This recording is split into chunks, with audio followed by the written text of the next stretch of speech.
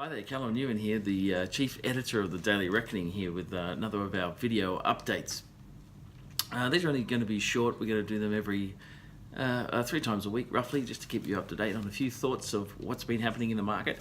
I just wanted to show you this one actually. This is the front page of the Australian from the 7th of February. As you can see, it's very dramatic. This is after the US market took a big fall on Monday their time, which is Tuesday for us.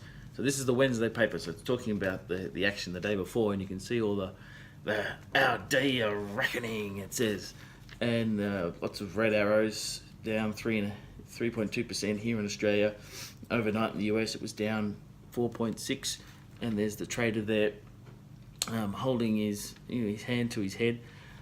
Just a small point, usually when you see a big headline like this, a big dramatic volatile one, your instinct has to be to go the other way.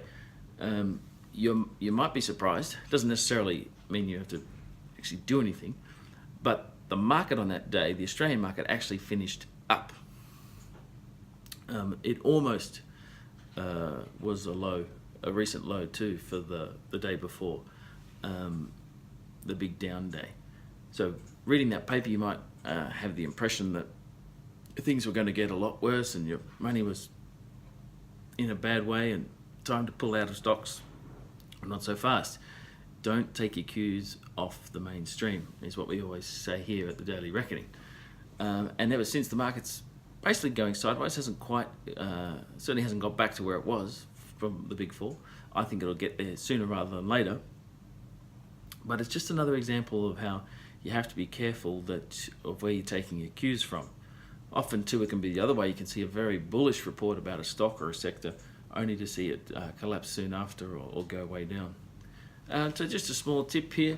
I'm still very positive on the Australian market this year. In the last video I showed you why I was positive on economic growth in Europe. But just something to watch for. And in fact, headlines like that I make a point of putting aside, and often 3 months later, 6 months later, you go back, it's all been forgotten and the market is much higher. So next time you see a big headline, put it aside and see what happens.